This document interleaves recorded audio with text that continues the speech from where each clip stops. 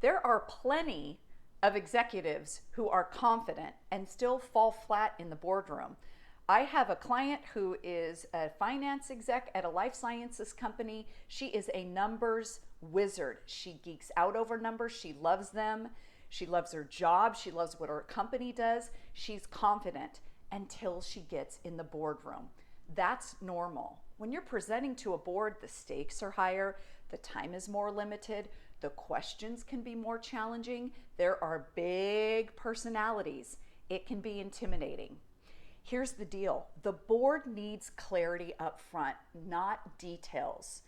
There are three things that you can do, you can change right now to take control. Number one, do the recon. Get really clear on what your board needs at that particular time regarding the strategy, the risk, or the ask.